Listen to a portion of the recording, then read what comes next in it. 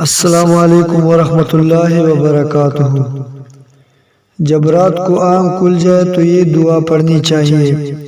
صحیح بخاری کی روایت ہے، نبی کریم صلی اللہ علیہ وآلہ وسلم نے فرمایا، جس شخص کی رات کو آنکھ کھل گئی اور اس نے جاگ کر یوں کہا، بسم اللہ الرحمن الرحیم، لا الہ الا اللہ وحدہ لا شریک لہ، لہ الملک ولہ الحمد وہو علی کل شیء قدیر، الحمد للہ وسبحان اللہ ولا الہ الا اللہ واللہ اکبر ولا حول ولا قوت الا باللہ۔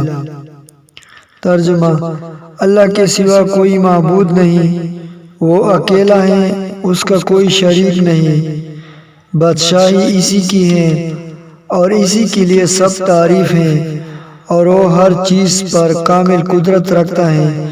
سب تعریف اللہ ہی کے لیے ہے۔ اللہ پاک ہے، اللہ کے سوا کوئی معبود نہیں، اور اللہ سب سے بڑا ہے، اور اللہ کی مدد کے بغیر نہ کوئی برائی سے بچنے کی ہمت ہے، نہ نیکی کرنے کی طاقت۔ پھر اس کے بعد اس نے کہا، اللہم اغفر لی، یا کوئی دعا کی تو اس کی دعا قبول ہو جاتی ہے۔ اگر اس نے وضو کیا اور نماز پڑھی تو اس کی نماز قبول ہو جاتی ہے۔